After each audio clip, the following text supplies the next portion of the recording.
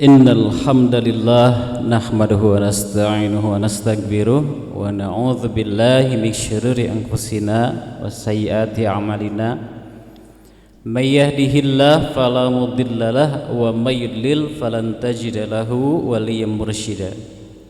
Asyhadu an la ilaha illallah wahdahu la syarikalah wa asyhadu anna Muhammadan abduhu wa rasuluh alladzi la nabiyya ba'dahu amma ba'd. Hadirin ikhwati iman, ibu serta bapak yang dirahmati oleh Allah Subhanahu wa taala. Alhamdulillah wa syukru ala ni'amillah, kita dipertemukan kembali pada acara yang insyaallah mubarakah begitu ya, diberkahi oleh Allah Subhanahu wa taala. Insyaallah kehadiran ibu serta bapak sekalian mudah-mudahan dicatat oleh Allah sebagai bagian daripada bentuk amal saleh yang mudah-mudahan pahalanya bisa kita jemput di yaumul qiyamah nanti. Amin ya rabbal alamin. Ikhwati iman, sebagaimana tadi yang sudah disampaikan oleh Al Ustadz begitu ya, materi yang insyaallah akan kita kaji bersama pada kesempatan kali ini berkaitan dengan topik syirik asghar begitu ya. Sebagai pendahuluan kami memasukkan beberapa ayat tentang larangan syirik secara umum begitu ya. Hati-hati nih, ini bukan syirik orang Sunda begitu ya, sama syirik iri dengki gitu. Jadi yang kita perbincangkan adalah perilaku menduakan Allah Subhanahu wa taala alias asyirku begitu. Mudah-mudahan tidak jadi keliru ya. Dan benar sebagaimana judul yang termaktub, kurang lebih berdasarkan perhitungan kami ada 7 jenis syirik asghar, walaupun nanti bisa kita kaji lebih mendalam dan secara klasifikasi ya atau pembagian bisa lebih dari angka 7. Hanya saja berdasarkan temuan dilalah secara dalil, kurang lebih ini yang bisa kami haturkan. Kemudian kenapa menggunakan upaya menghindarkan diri begitu ya? Ini kami cantumkan sebagai bentuk preventif atau tindakan pencegahan agar kita tidak sama sekali begitunya melaksanakan itu. Nah itu mudah-mudahan jadi upaya kita. Jika ilmunya sudah diketahui, maka mudah-mudahan menghindarkan diri dari amal-amal itu pun menjadi lebih mudah. Kalaupun misalkan pernah di antara amal yang insya Allah akan kita sebut terlaksana, mudah-mudahan kita berhenti dari amal-amal ketika itu dikategorikan sebagai bentuk syirkul asghar. Apalagi barangkali kalau syirkul akbar kita pada mafhum mungkin ya, pada tahu dengan sengaja secara zahir nyata terencana kita menjadikan sekutu selain Allah Subhanahu wa taala. Bahkan ada sesembahan lain, mengakui ada makhluk lain yang disembah, diyakini mendatangkan manfaat dan lain sebagainya. Itu jelas bagian dari syirkul akbar. Hadirin ikhwati iman, di keterangan yang pertama kami haturkan Quran surah Luqman di ayat ke-13 atau Quran surah 31. Barangkali ini ayat yang cukup terkenal begitu ya. Rasa-rasanya sering dibaca oleh imam dalam sholat. Saya ketika sebagai makmum tidak jarang gitu mendengar bacaan imam yang membawakan nasihat Luqmanul Hakim kepada anak dengan redaksi yang seperti ini. Ada beberapa ayat yang sebetulnya ingin kami haturkan pula, seperti dalam Quran surah An-Nisa 42 begitu ya, tentang larangan syirkul akbar. Kemudian nanti larangan mencampur adukan iman dan zalim. Ungkapannya bidzulmin nanti, walaupun secara bayan tafsir ayat Quran surah Al-An'am 82 itu menjelaskan tentang larangan iltibas atau mencampur adukan iman dengan syirik. Nanti barangkali kita kaji. Sebelum lebih jauh kita baca dulu ayatnya. Mudah-mudahan ayat per ayat dari Al-Quran yang kita baca ini menjadi tambahan keberkahan bagi kita. A'udzu billahi minasy syaithanir rajim.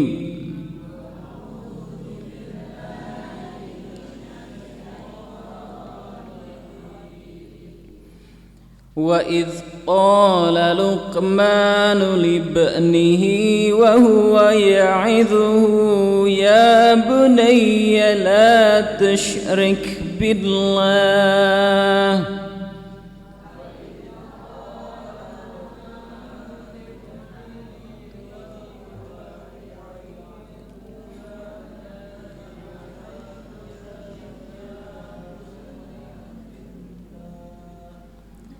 Inna syirka la zulmun azim. Inna syirka la zulmun azim. Samina wa ta'ala ghufranaka rabbana wa ilaikal masir. Asa pendek-pendek teuing nya, rasa-rasanya kurang gitu.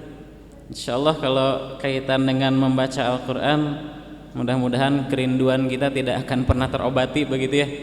Jadi selalu rindu dengan bacaan Al-Quran, kalaupun di saat ini hanya sebentar dan sedikit saja. Mudah-mudahan nanti di kesempatan lain terus kita tidak jenuh dengan qiraatul Quran. Hadirin ikhwati iman, dari ayat yang tadi kita baca ini mudah-mudahan menjadi keberkahan bagi kita. Selain dari hadirnya ikhwati iman atau barangkali ikhwati iman yang hadirnya bil online begitu ya, karena sepertinya sedang streaming juga. Nah, mudah-mudahan atensi, perhatian serta kesungguhan untuk thalabul ilmi dan dengan upaya untuk mengamalkan ilmu yang insya Allah setelah kita ketahui bersama ini mudah-mudahan jadi keberkahan kita dan jadi amal yang tentu harus kita upayakan bisa kita jemput di hari kiamat nanti.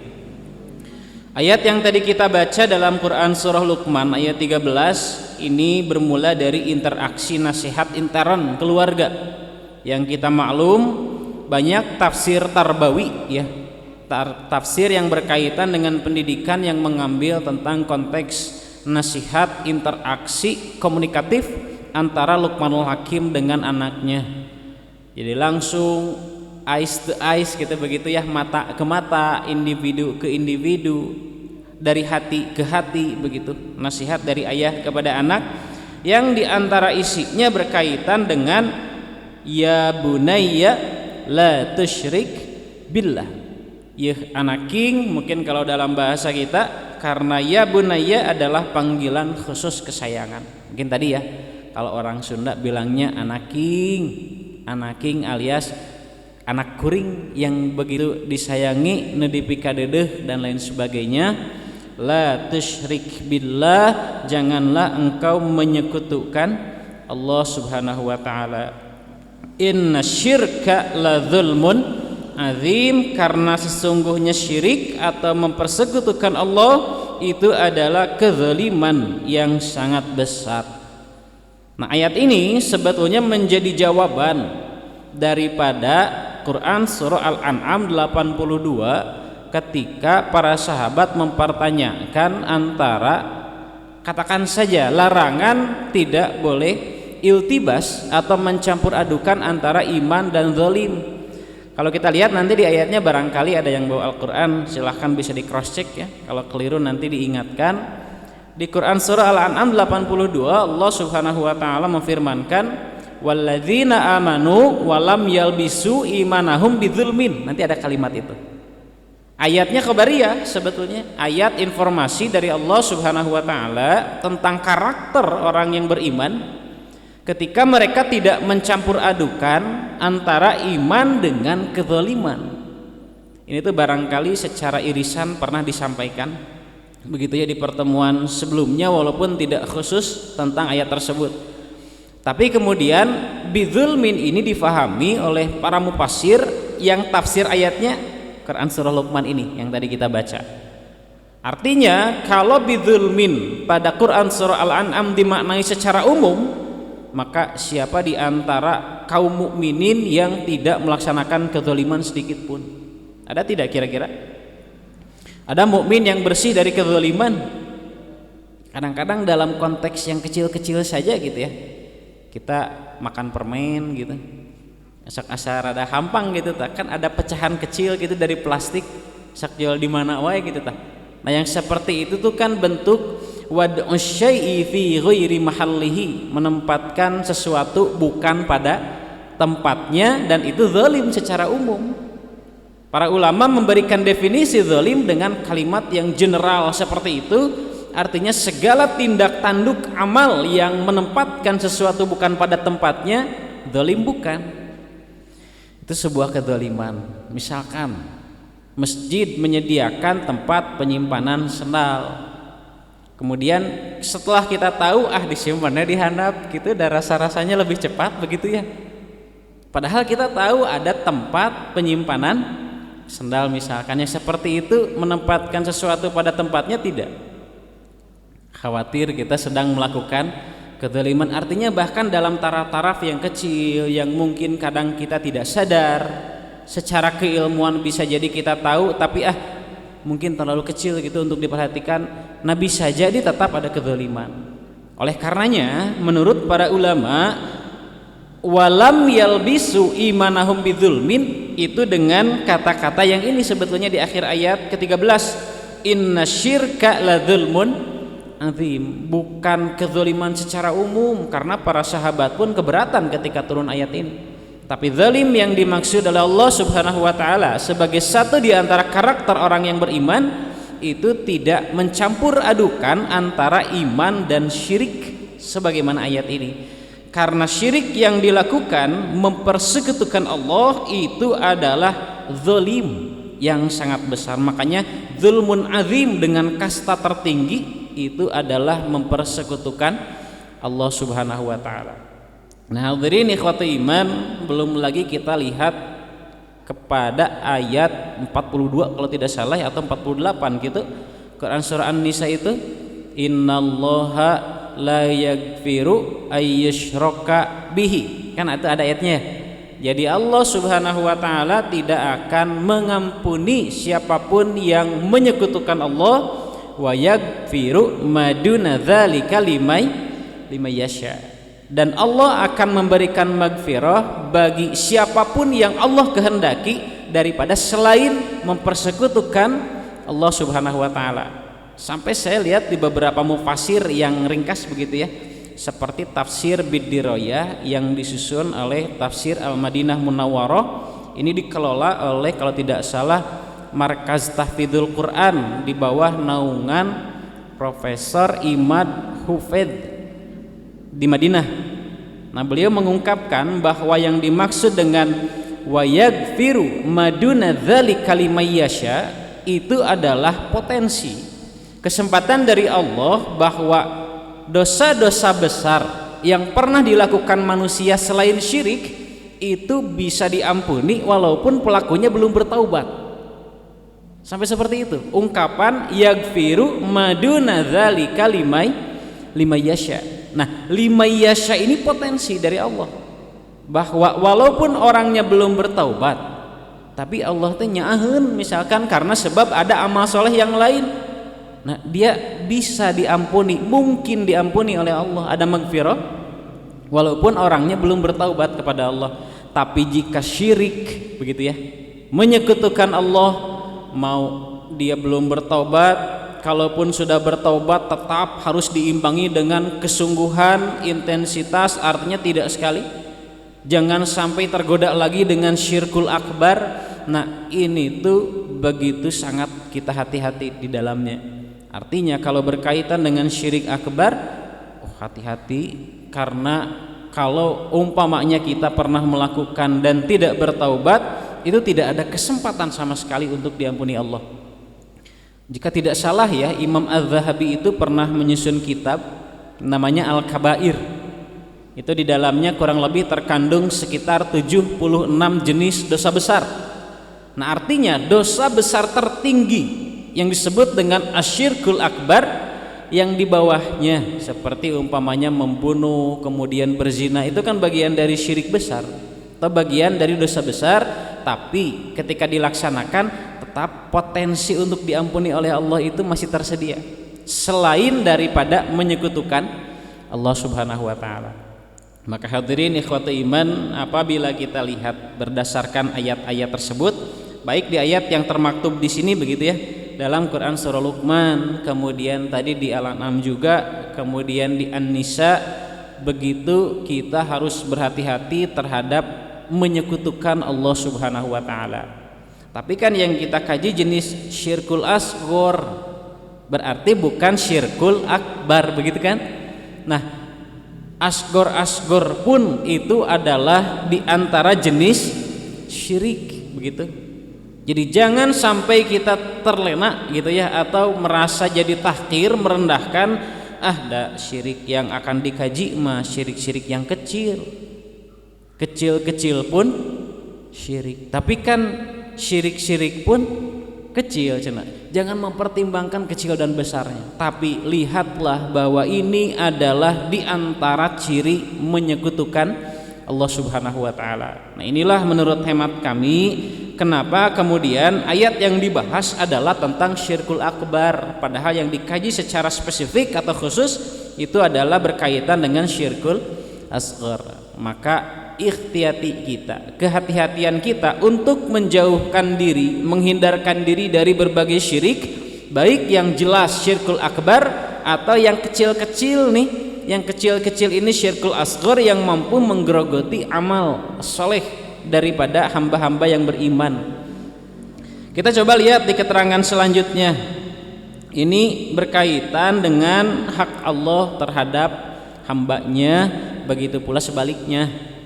An Mu'adz radhiyallahu anhu qala kuntu ridfan nabi sallallahu alaihi wasallam ala himarin yuqalu lahu Ufairun.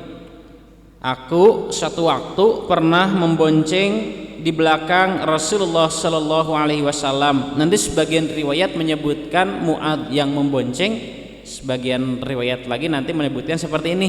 Jadi Mu'adz yang sedang dibonceng gitu. Bahkan disebut dibonceng di atas himar yang dinamai Uqair, namanya Uqair. Jadi memang kalau kita lihat secara istinbat ya, cukup terbiasa di zaman Nabi SAW alat kendaraan transportasi sering diberi nama dulu itu. Jadi kalau seperti di sini yang disebut himar dinamai Uqair, nanti kan Nabi SAW kendaraannya ada banyak, walaupun memang mayoritas merupakan jariah dari para sahabat. Ada yang dari untanya, ada yang dari himar ya, keledai seperti ini. Kemudian nanti ada yang dari bigolnya, belum lagi kendaraan-kendaraan yang lain seperti kuda yang tujuannya untuk perang. Jadi sunnatun nabi barangkali begitu ya, kalau kita menamai sesuatu yang kita senangi, itu tuh kebiasaan dari dulu. Kita lanjutkan. Faqala ya Mu'adz, wahai Mu'adz, Rasulullah SAW bersabda, hal tadri haqqallahi ala ibadih wa ma haqqul ibad ala Allah. Wahai Mu'adz, apakah engkau tahu apa hak Allah yang terdapat pada hambanya, begitu pula apa hak hamba yang ada pada Allah. Artinya baik makhluk kita ya sebagai ibadullah, ibadur rahman, punya hak yang harus kita tunaikan kepada Allah. Begitu pula sebaliknya, ketika hak kita sudah kita tunaikan, ternyata Allah pun punya hak yang harus ditunaikan kepada hamba-hamba yang menunaikan haknya tersebut. Qultu Allahu wa rasuluhu a'lam. Maka Mu'adz menyatakan, aku menjawab, tentu Allah dan Rasulnya yang lebih mengetahui. Jadi dalam keadaan ini bisa jadi Mu'adz tahu mungkin ini, mungkin itu, mungkin A, mungkin B jawabannya, tapi sebagai seorang sahabat yang penuh ketawaduan, bahasanya Allah dan Rasulnya yang lebih tahu. Kita bisa jadi tahu dengan satu ilmu, tapi bahasa seperti ini bagus ya, ideal. Ini bahasa ketawaduan yang menunjukkan bahwa mau seperti apapun, mau sejauh apapun, setinggi apapun pengetahuan kita, tetap tidak bisa lebih tahu daripada Allah dan Rasulnya. Allah kemudian Rasulnya dalam konteks ini. Tapi kalau dalam ujian mungkin bahasa ini kurang pas begitu ya. Nanti ditanya oleh guru pertanyaan, kemudian kita jawab Allahu wa rasuluhu a'lam, itu rada bahaya oke gitu. Kalau dalam keilmuan barangkali ini ideal ya, sangat ideal, menunjukkan ketawaduan. Qala, maka Rasulullah sallallahu alaihi wasallam bersabda, fa inna haqqallahi 'alal 'ibad, maka hak Allah terhadap hamba-hambanya atau hak Allah yang ada pada hambanya alias yang harus ditunaikan hamba, ayya'buduhu wa la yusyriku bihi syai'an, untuk beribadah kepada Allah dan tidak menyekutukannya sedikit pun. Nah ini nih, barangkali kenapa kami mencantumkan hadis ini sebagai wajil istidlal betapa tidak menyekutukan Allah adalah komponen penting selain daripada taat kepada Allah.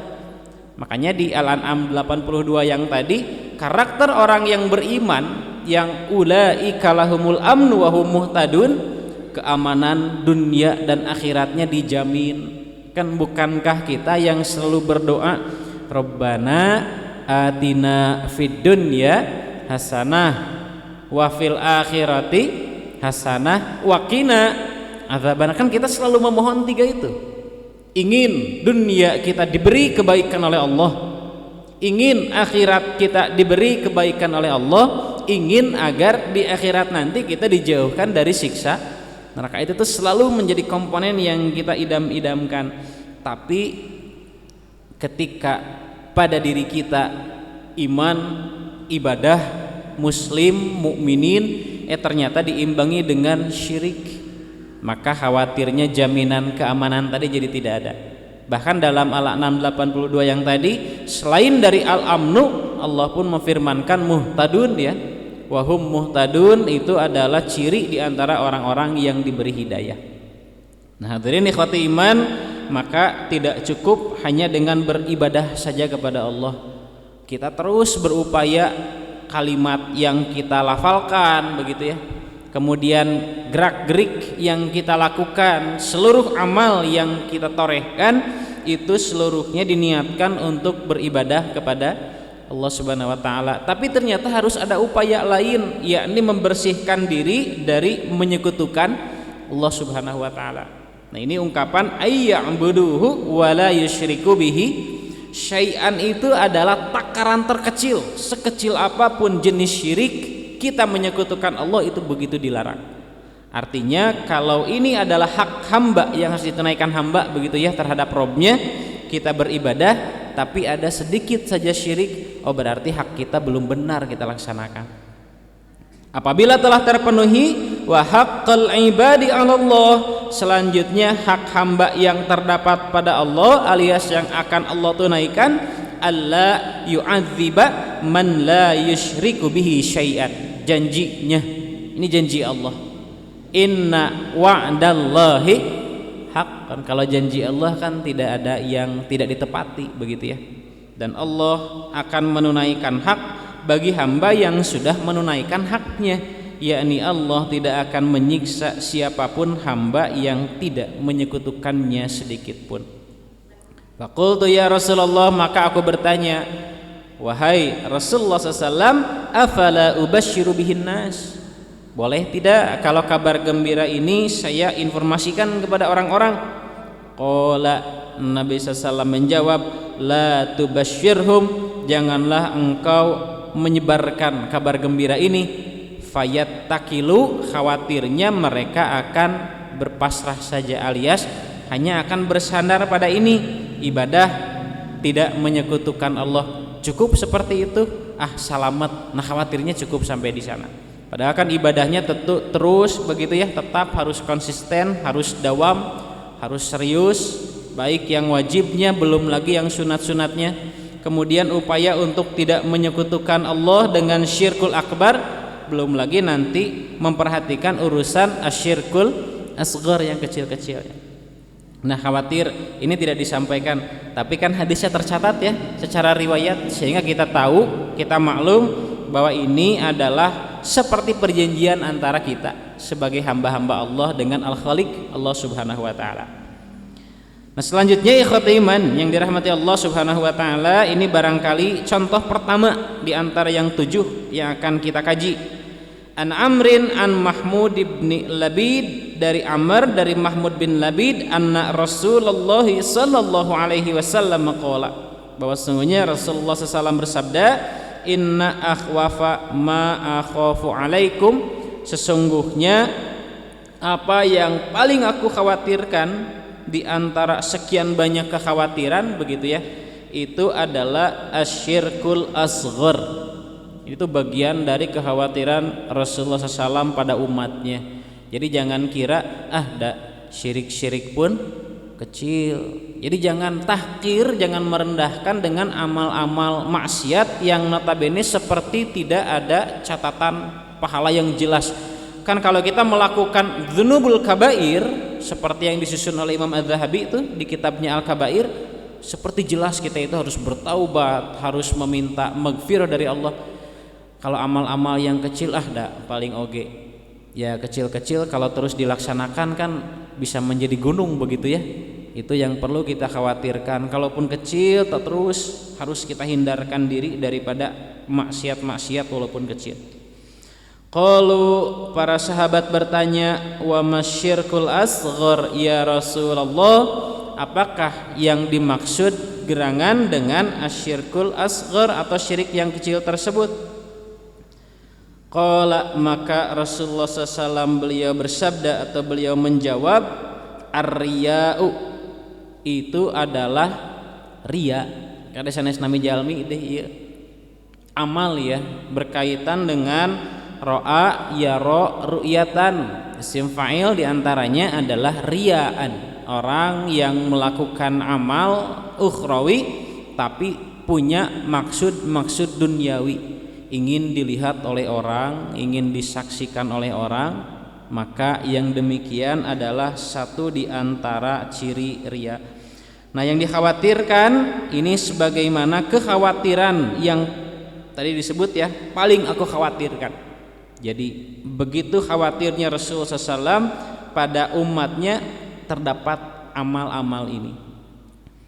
Yaqulullahu azza wa jalla yahum yaumal qiyamah, nanti Allah azza wa jalla akan berfirman, barangkali begitu ya, pada hari kiamat, idza juziyan nasu bi a'malihim, mungkin ringkasnya pada yaumul jaza atau hari di mana amal kita dibalas oleh Allah Subhanahu wa taala. Kan ketentuan itu sudah ada saatnya, ada momennya. Kita beramal soleh jelas nanti yang kita dapatkan pendapatannya apa, jelas pahala thawab. Kita beramal salah atau maksiat atau zalim tadi, jelas yang akan dijemput adalah iqab, bentuk siksaan. Tapi pada hari itu, pada hari orang-orang dibalas berdasarkan amal mereka, Allah memfirmankan kepada orang-orang pelaku riya, idhabu ilal ladzina kuntum turauna fid dunya, pergilah kalian kepada yang kalian riakan semasa kalian di dunia. Kalau kita beramal ternyata hanya ingin dinilai oleh orang, agar orang-orang itu suka kepada kita, agar orang-orang menilai bahwa si ahli ibadah gitu tah, si tukang baca Al-Qur'an. Nanti ada hadis-hadis lain ya, al-ubad, al-qurra gitu. Ketika yaumul qiyamah Allah menanyakan, kenapa engkau membaca Al-Qur'an? Tentu aku sedang beribadah kepadamu. Oleh Allah didustakan, kadzabta, engkau berdusta. Engkau membaca Al-Quran bukan untukku, tapi agar orang-orang di sekelilingmu menamaimu, menyebutmu dengan sebutan qori atau si pembaca Al-Quran. Kenapa engkau beribadah kepadaku? Aku beribadah kan kepadamu ya Allah. Dusta, kadzabta, berbohong engkau. Engkau beribadah hanya ingin disebut sebagai abid, ahli ibadah. Terakhir nanti tukang perang. Kenapa engkau melaksanakan jihad sabilillah? Kan ini jelas sabilillah, bukan sabilis syayatin. Kadzabta, oleh Allah didustakan. Nanti Allah sebagai zat yang mentahkim, yang menghakimi amal manusia atas niat apa mereka melakukan amal-amal soleh tersebut. Sampai di yaumul qiyamah seperti tadi. Pada akhirnya 3 golongan ini diseret ke dalam neraka, padahal amal-amalnya bagus tidak? Salat bagus tidak? Ngobrolkan bagus tidak, ada kewajiban barangkali bagi kita. Mungkin bagus tidak itu kalau berbicara yang sunat-sunat begitu ya, kan sebuah kebaikan jelas. Ada yang nafilah, ada yang mandub, nanti ada yang mustahab ungkapannya.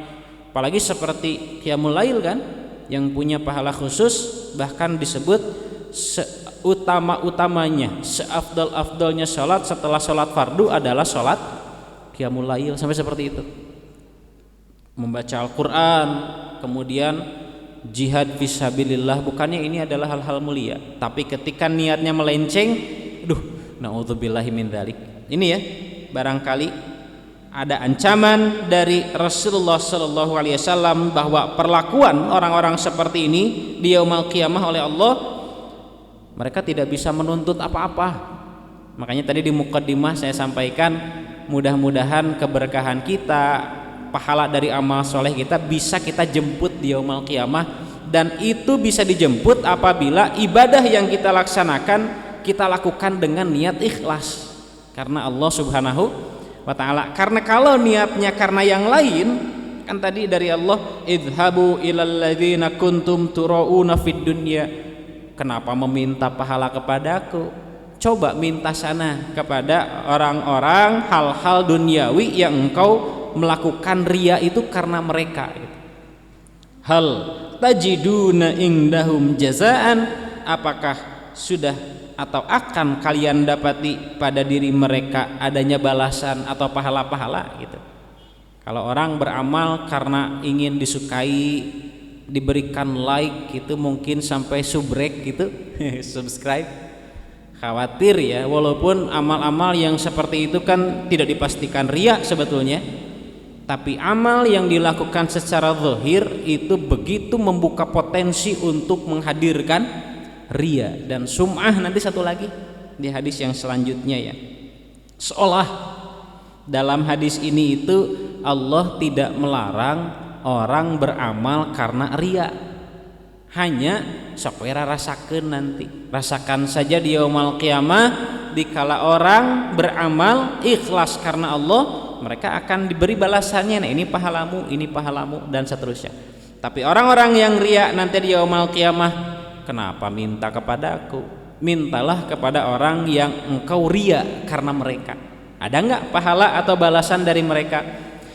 Ikhwati iman, mungkin kalau kita coba hadirkan tamsil begitu ya, perumpamaan sebagai bentuk penyederhanaan seperti ini barangkali.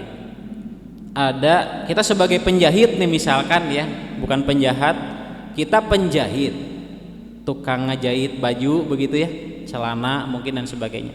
Tiba-tiba ada pesanan dari si A, misalkan Haji Usep nih. Punten bilih aya Haji Usep teh aya. Nah, pesanan dari Haji Usep, dia bilang, Pak, tolong buatkan saya gamis dengan model seperti ini, ukurannya seperti ini, panjang lebarnya seperti ini. Nanti setelah dipesankan itu bisa terjadi dua kesalahan. Satu, salah dalam menunaikan pesanan itu diberikan kepada siapa. Dua, salah dalam pelaksanaan teknis pemesanan. Misalkan di sisi lain ada Haji Dadang, punten bilih aya Haji Dadang ya, ada contoh mah bebas pangitan gitunya, yang memesan Haji Usep, ada orang lain namanya Haji Dadang misalkan ada tanggal lamun ya, Haji Usep yang memesan, orang lain yang nggak ada kaitan namanya Haji Dadang. Yang memesan tadi Haji Usep dengan teknis pesanan seperti ini kan tadi ya, sudah sangat detail. Tiba-tiba setelah selesai dibuatkan, teknis pesanannya benar nih, ukurannya, modelnya, lengan baju, lingkar dada, panjang tangan misalkan, itu sudah sesuai dengan pesanan. Tapi bukan diberikan kepada Haji Usep, malah diberikan ke Haji Dadang. Kira-kira benar nggak yang seperti itu? Asa ngabodor gitunya. Atau yang kedua, kesalahannya seperti ini, pesanan itu benar karena yang memesan adalah Haji Usep, pesanan diberikan kepada Haji Usep, tapi ternyata ngasal pembuatannya. Ada model kieu mah hese tidak dikerjakan, panjang tangan, lebar dada, lingkar bahu, capek ngurus nu kitu mah, bebasnya kumaha saya. Yang seperti itu benar atau salah? Ini tuh miniatur dalam beribadah. Imam Ibnu Katsir bahkan Muhammad Ali Syekh dalam kitab Tauhid menetapkan syarat diterimanya ibadah itu dua. Satu, al-ikhlasu lillahi wahdah. Yang kedua, al-muwafaqah li sunnah nabawiyah. Harus berkesesuaian dengan contoh Nabi Muhammad sallallahu alaihi wasallam. Ikhlas itu berkaitan dengan pesanan dari siapa diberikan kepada siapa. Seperti tadi, kita yang mendapat pesanan dari Haji Usep, karena pesanannya datang dari Haji Usep, kita berikan kepada nyakadinya, kepada siapa yang memesan. Perintah ibadah datang dari siapa? Allah Subhanahu. Setelah dilaksanakan untuk manusia, untuk dunia, bukan untuk Allah Subhanahu wa ta'ala. Sesuai nggak dengan siapa yang memesan? Itu seperti tadi Haji Usep yang memesan, pesanannya kita berikan kepada Haji Dadang teh ya, gitu misalkan. Itu tuh salah kaprah dalam niat. Atau yang kedua, artinya tidak muwafaqah. Ibadahnya tahu, ini diperintah oleh Allah, niatnya benar ikhlas karena Allah, tapi pelaksanaannya asal-asalan, sesuai tidak? Ini pun kan jadi keliru. Nah, miniatur contoh tadi itu sebagai dua syarat dari diterimanya ibadah. Satu, tetap ikhlas niatnya.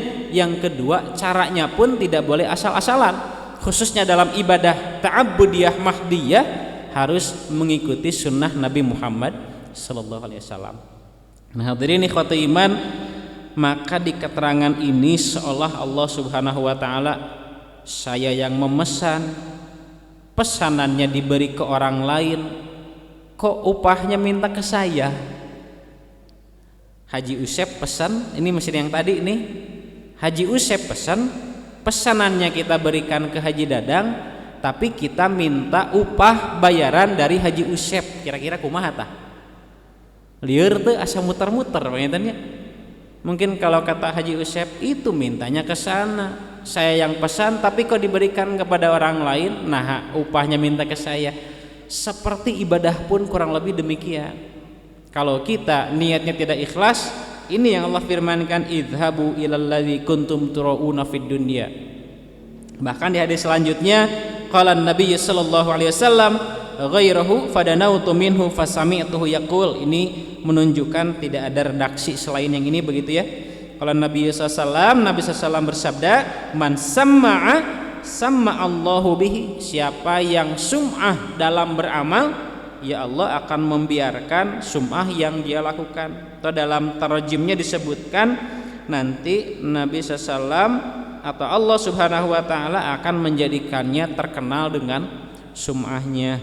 Waman yuroi, dan barang siapa yang beramal karena riya, yura'iyallahu bihi, maka Allah akan menjadikannya dikenal karena riyanya.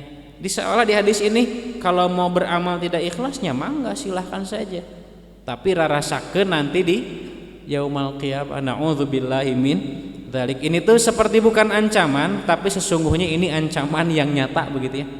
Jadi silahkan lakukan amal yang kalian mau lakukan, tapi ketika beramal maksiat di yaumul qiyamah jelas nanti dosa dan tuntutan iqobnya. Na'udzubillah. Nah, ini barangkali dua hadis yang menunjukkan bahwa riya dan sum'ah itu seperti paket, di mana dalam beramal hati-hati, niat itu begitu menentukan. Makanya wajar ya jika tidak salah dalam kitab atau babu badil wahyi, tentang permulaan wahyu, hadis yang pertama disebut itu malah menyebutkan tentang urgensi niat gitu. Innamal a'malu binniyat. Amal-amal itu akan bergantung kepada niatnya. Makanya lurus dan tidaknya ini tuh yang menentukan benar tidak pelaksanaan dan pahala yang akan dia jemput di yaumul qiyamah. Selanjutnya, salasun muhlikatin, ada tiga hal yang mampu membinasakan. Syuhun muta'un, itu adalah rasa pelit yang ditaati. Syuhun itu barangkali maklum ya, syuhun ini asyaddu minal bukhli. Kalau pelit dalam bahasa kita kan bakhil ya, kadang bukan nama pejabat ya, ini mah bakhil. Bakhil itu pelit, kikir, merege, hese. Tapi kalau ungkapan dalam bahasa Arabnya syuhun, itu next level daripada bakhil. Kalau bakhil itu nanti kikirnya kepada orang lain. Kalau syuhun itu kikirnya bukan hanya kepada orang lain, tapi dirinya pun tidak bisa menikmati hal-hal yang dia miliki. Mobil ngejajar 5 gitu. Ketika orang ada perlu minjam tidak boleh, jangan bermanfaat sedikit pun untuk orang lain. Tapi dirinya pun tidak sempat merasakan kenikmatan eta mobil nu ngejajar teh gitu. Jadi nanti karena ojek online kaditu nanti gitu tah. Padahal mobil tah hiasan begitu banyak. Nah ini tuh satu khawatir di antara indikator syuh yang kalau ditaati Nabi SAW menyabdakan itu muhlikat, bisa menjadi indikator kebinasaan. Yang kedua, wahawan muttabaun, itu adalah hawa nafsu yang terus diikuti. Begitu ya, manusia itu terikat dengan nafsunya, dengan syahwatnya. Makanya innan nafsa la ammaratun bisu. Nanti di antara nafsu manusia kan ada di antaranya yang menggiring kepada keburukan-keburukan. Tapi kita yang terus membenahi itu agar amal yang nafsu kita inginkan ternyata terus sejalan dengan apa yang diridhai oleh Allah Subhanahu wa taala. Makanya nanti ada nafsul ammarah, ada nafsul lawamah, belum lagi nafsul mutmainnah. Banyaklah nanti pembagian dari para ulama. Kemudian yang ketiga, ijabul mar'i binafsih, ujubnya seseorang terhadap dirinya sendiri. Ujub itu bahasa lainnya al-fakhru. Kade sanes Fakhrur Razi ya, kalau itu nama saya. Al-fakhru itu karakter berbangga terhadap diri sendiri. Dan ini tuh ternyata budaya orang-orang jahiliyah pada masa dulu. Apa-apa yang bisa dibanggakan itu selalu jadi hal yang dibanggakan. Anak, ini yang umum di masa dulu ya, di masa jahiliyah, anak, kedua harta, ketiga jabatan, yang keempat nanti ada riwayatnya siapa yang paling banyak hidup setelah mengalami peperangan dan siapa yang lebih banyak wafatnya setelah mengalami peperangan. Ini tuh sampai dihitung. Anak kamu berapa? Udah jadi apa aja? Kamana wae sakolana, kerja di mana? Anak saya di Australia, anak saya di Zimbabwe misalkan. Sampai apa-apa itu jadi kebanggaan, sampai ada rasa merendahkan. Gening budak teh di dinya wae, ngabeca keneh wae. Terus rasa-rasa itu harus hati-hati karena itu adalah ujub, begitu ya, rasa berbangga bahwa jika bukan karena kemampuan saya mendidik anak-anak saya, jika bukan karena kemampuan saya mengumpulkan harta, mustahil bisa sebanyak ini. Ari pertolongan datang dari siapa? Apakah kekayaan, keberhasilan, kesuksesan itu datang jika tidak diizinkan Allah? Mustahil. Jadi ujub itu adalah rasa berbangga yang meniadakan bahwa semua kenikmatan itu datang atas izin Allah Subhanahu wa taala. Jadi seperti rasa-rasanya dirinya itu yang berpotensi. Saya mah kieu tidak pintar, saya mah anak-anaknya karena begini terus. Bahkan nanti riwayat yang menyebutkan antara dua kabilah di bangsa jahiliyah, siapa di antara kaum kalian yang hidupnya lebih banyak? Berapa orang yang mati di antara kaum kalian? Nah, kaum kami lebih banyak yang hidup setelah peperangan, dah kami mah jarago perang atau gitu. Coba itu yang mati yang wafat berapa? Kata kubu yang lain, nya dihitung mah anu wafat atuh, dan nu syahid mah yang wafat yang hidup. Kan yang syahid itu yang wafat. Ini menunjukkan kemuliaan kaum kami, begitu banyak yang syahid ketika mereka selesai berperang. Itu dulu jahiliyah seperti itu. Nah, khawatir ya di zaman kita berbangga terhadap diri sendiri, bahkan sampai melahirkan merendahkan orang, menolak kebenaran yang datang dari Allah. Ini ujub yang berorientasi kepada takabur atau mendekatkan diri kepada kesombongan. Nauzubillahi min dzalik. Nah, ujub ini adalah poin kedua sebagai bentuk syirkul asghar yang bisa pelan-pelan melahap kesolehan seseorang. Selanjutnya, man halafa bi ghairillah faqad kafara au asyraka, barang siapa yang bersumpah selain nama Allah Subhanahu wa taala, maka hakikatnya ia telah kufur, bahkan atau ia telah syirik, menyekutukan Allah. Dulu ada sahabat-sahabat yang bersumpah ungkapannya seperti ini, wallahi wal Ka'bah. Dulu itu ada, demi Allah dan demi Ka'bah.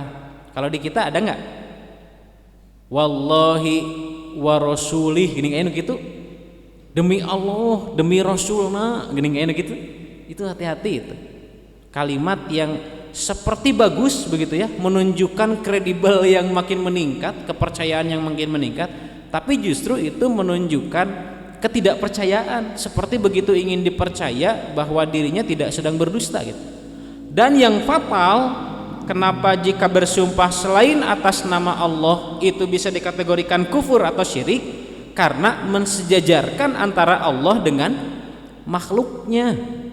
Dupi Rasul makhluk Allah bukan, sama kan, abduhu wa rasuluh. Walaupun yang paling tahu terhadap Allah, walaupun yang menerima risalah dari Allah, mengemban Al-Quran untuk disampaikan kepada umat, tapi tetap posisinya sebagai abduhu wa rasuluh, tidak bisa lebih daripada hamba dan utusannya. Dulu pun ada orang-orang yang wallahi wal Ka'bah. Kalau sekarang ada yang sumpah atas nama Rasulnya, bahkan ada sumpah pocong asal nama, kalau nggak salah ya, demi pocong, sumpah pocong. Aduh, nauzubillahi min dzalik. Mudah-mudahan di kita tidak ada. Kalaupun ada kalimat guyonan begitu ya, itu tuh terhindar dari guyonan-guyonan yang seperti itu. Karena konsekuensinya berat ya. Faqad kafara au asyraka, itu syirik ternyata yang seperti itu. Nah, ikhwatu iman, kalaupun mau ya, nanti di beberapa riwayat paling tidak kalau mau melafalkan selain dari Allah, tetap sebut ungkapan Robnya. Misalkan wallahi wa rabbul Ka'bah. Robnya Ka'bah siapa? Ya masih Allah kan. Jadi tetap beda ungkapan saja, tapi maksudnya ditujukan hanya kepada Allah Subhanahu wa ta'ala. Wallahi wa rabbu rasulihi, nah itu benar. Kalau wallahi wa rasuli, itu mah bahaya, keliru ya. Nah, ini tuh bagian ketiga yang kami aturkan sebagai diantara bentuk syirik asghar. Itu dulu barangkali ya. Nanti insyaallah kita lanjutkan setelah adzan, setelah salat isya, yang mudah-mudahan ketujuh hal tersebut bisa kita kaji bersama. Alhamdulillah.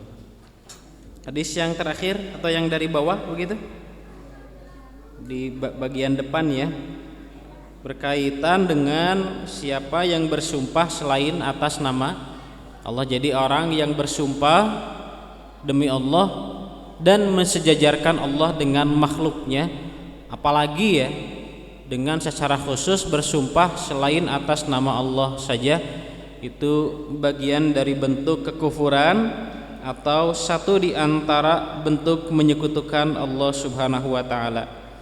Jadi walaupun secara tidak langsung gitu ya beribadah kepada selain Allah tidak seperti itu, tapi ungkapan asyraka ini menunjukkan syirkul asghar karena tidak langsung mengadakan sembahan selain dari Allah Subhanahu wa ta'ala. Ini pun satu di antara bentuk syirik kecil begitu ya, yang perlu kita berhindar daripadanya. Itu nomor sabaraha? Nomor keberapa itu? Ada yang masih lupa? Nomor 4 kalau tidak salah ya.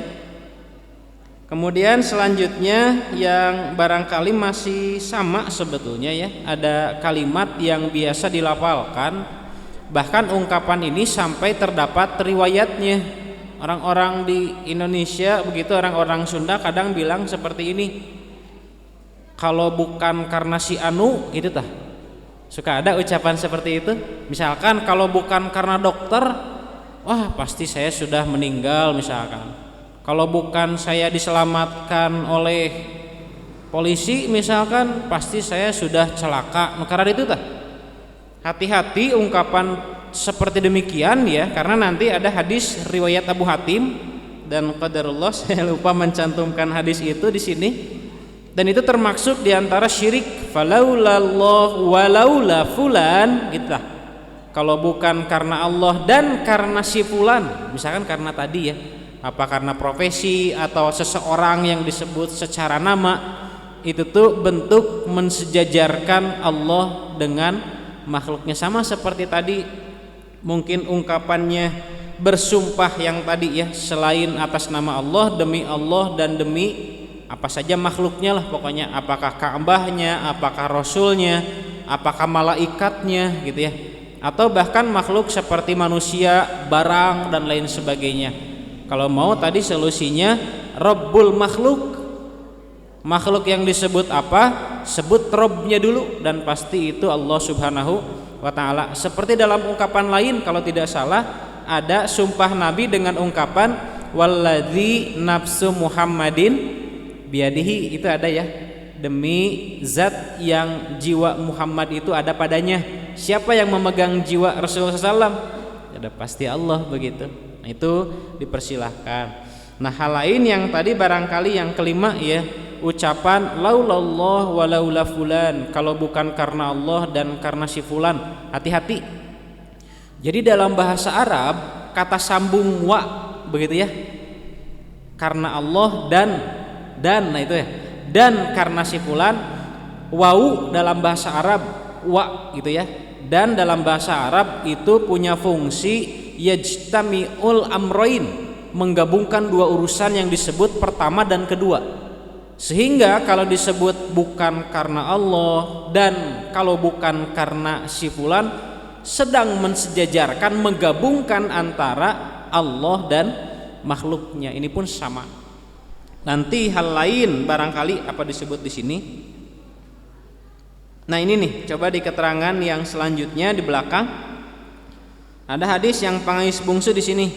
An Ibnu Abbas anna rajulan qala lin Nabi sallallahu alaihi wasallam, dari Ibnu Abbas bahwa ada seorang laki-laki yang berkata kepada Nabi sallallahu alaihi wasallam, Masya Allah wa syi'ta. Itu ungkapannya. Di kita kan sering ungkapan Masya Allah ya, tapi kalau ditambah wa syi'ta dan kehendakmu, itu harus hati-hati.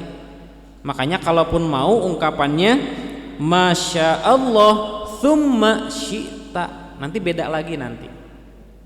Betapa kehendak Allah seperti demikian, kemudian kehendakmu, itu berbeda secara maksud dengan ungkapan Masya Allah wa syi'ta. Bahkan saya pernah lihat di beberapa kajian fatwa yang diungkap oleh para ulama begitu ya, ensiklopedi fatwa yang disusun oleh ulama muasirin, yang mereka mengungkap orang-orang Arab sekalipun kadang mengungkap ini Masya Allah wa syi'ta begitu. Dan saya pun pernah dengar ada orang di Indonesia yang nah ayat tambahan wa syi'ta, karena ungkapan itu kita lihat ya. Faqala lahun nabiyyu sallallahu alaihi wasallam, maka Nabi sallallahu alaihi wasallam bersabda kepada laki-laki itu, aj'altani wallaha adlan, apakah engkau sedang menjadikanku dengan Allah sebanding? Maksudnya apakah engkau sedang mendudukan antara Allah dengan diriku dengan tingkat yang sama?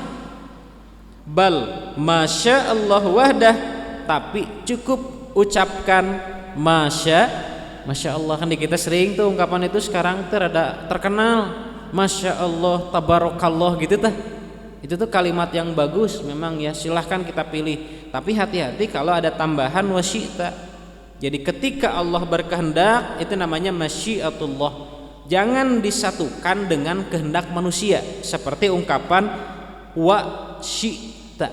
Kalaupun mau menurut para ulama ya, thumma syi'ta, Allah berkehendak dengan masyiahnya. Kan kita pun punya kehendak ya sebagai manusia, dari rumah ke masjid sebelum adzan maghrib kita berkehendak untuk mengikuti kajian ba'da maghrib di Masjid Al-Haq. Itu kan kehendak manusia sampai bisa berkumpul di sini.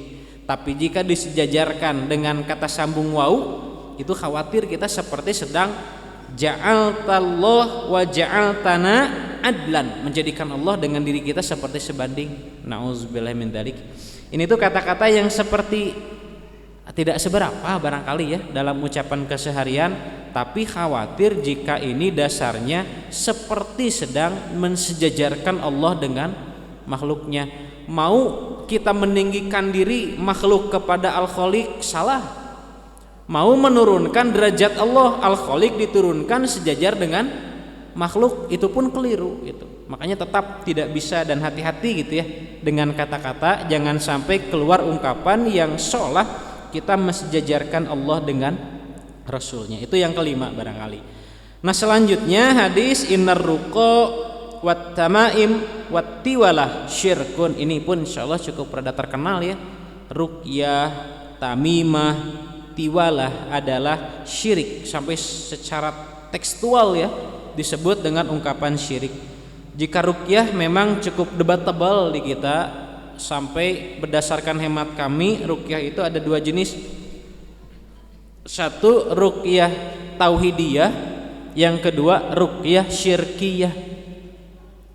Pernah nggak kita mendoakan seseorang ketika ada yang sakit, mugia dipaparin kesehatan gitu, atau semoga Allah memberikan kesembuhan?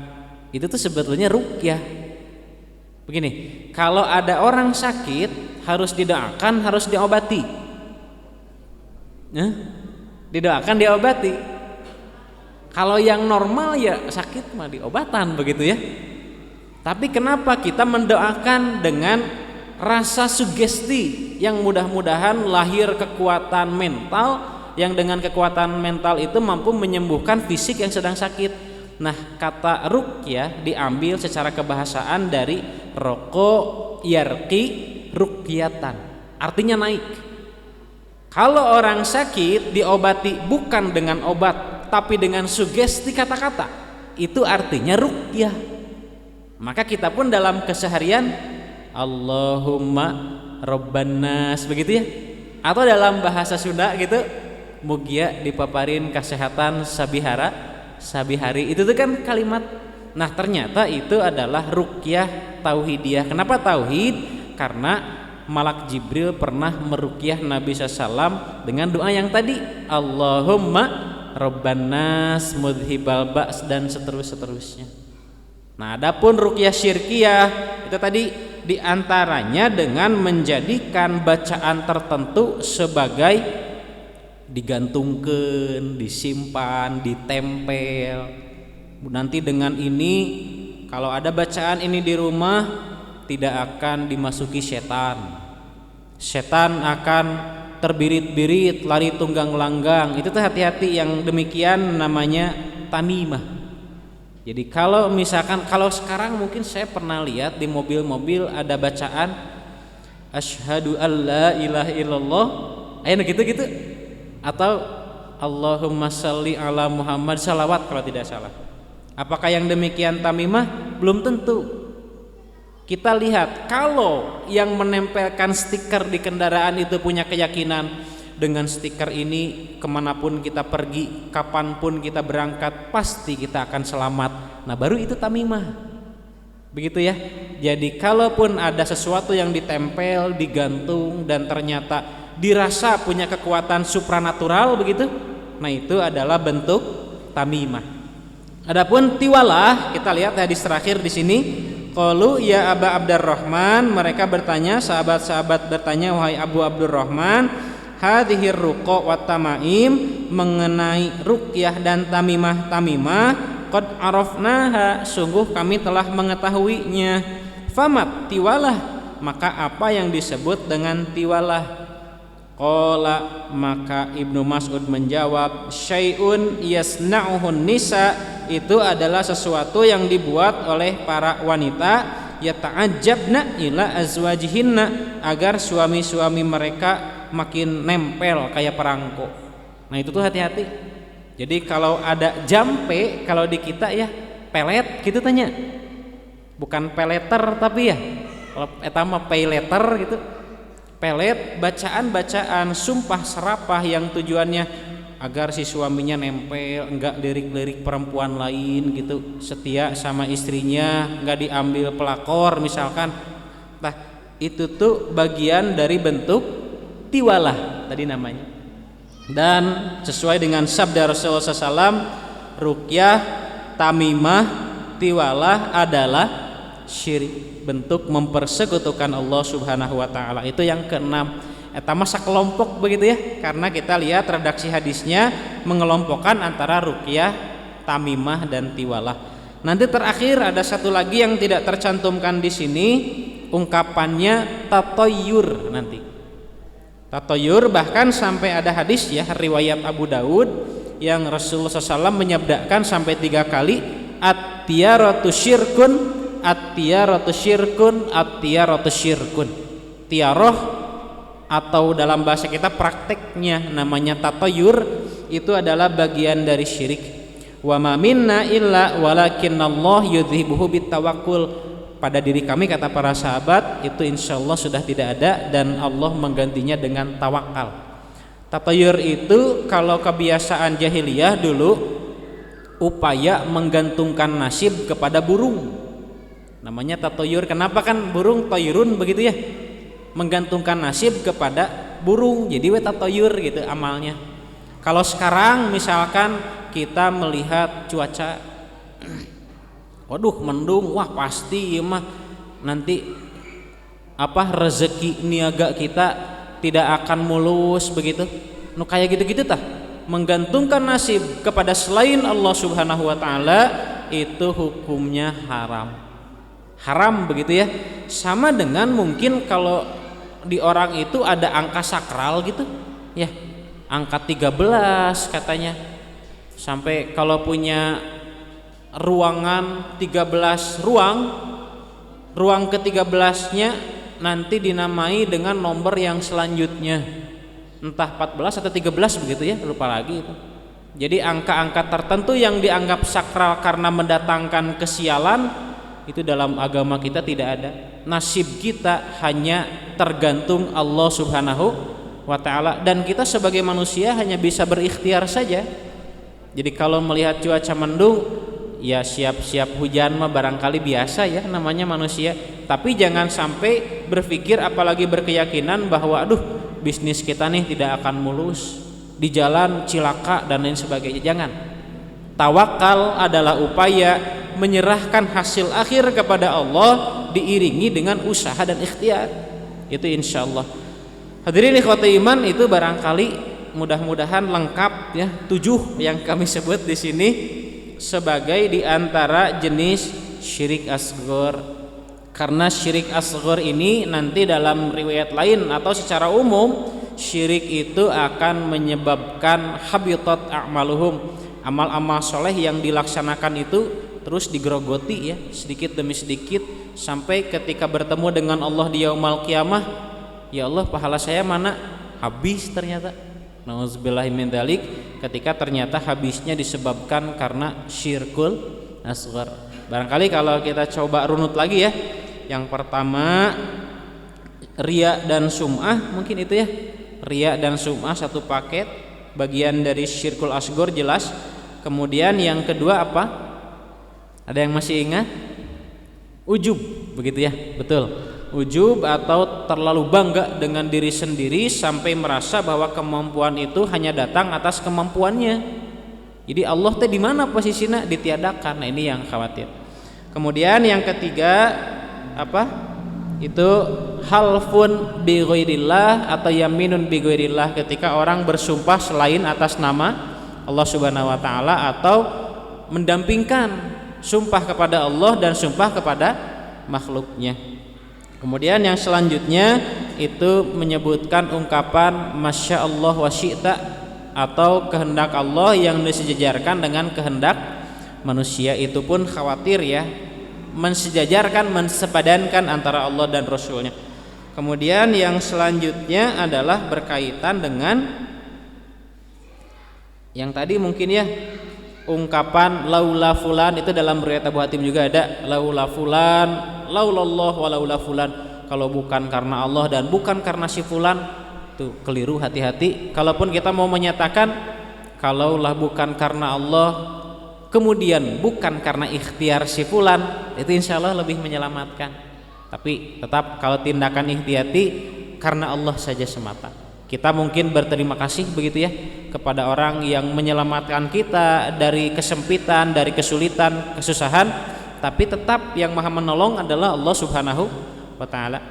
Kemudian yang keenam barangkali kelompok yang 3 ya, ruqyah, tamimah, tiwalah, itu sama di antara bagian syirik. Dan terakhir tatayur atau menggantungkan nasib kepada burung atau objek, nanti bisa apa saja. Menggantungkan nasib kepada selain Allah hukumnya haram dan dikategorikan sebagai bentuk syirik. Ikhwati iman, ibu serta bapak yang dirahmati Allah Subhanahu wa taala, hadirin wal ghaibin, barangkali pemirsa online, Insyaallah barangkali itu saja yang bisa disampaikan pada kesempatan kali ini. Mudah-mudahan ini menjadi ilmu bagi kita dan makin mampu diri kita untuk menghindarkan diri dari bentuk-bentuk syirik atau menyekutukan Allah Subhanahu wa taala. Mohon maaf apabila ada kesalahan, kekurangan ataupun kealfaan. Aqulu qouli hadza wa astaghfirullaha li wa lakum. Rabbana atina fid dunya hasanah wa fil akhirati hasanah wa qina adzabannar. Wassalamu alaikum warahmatullahi wabarakatuh.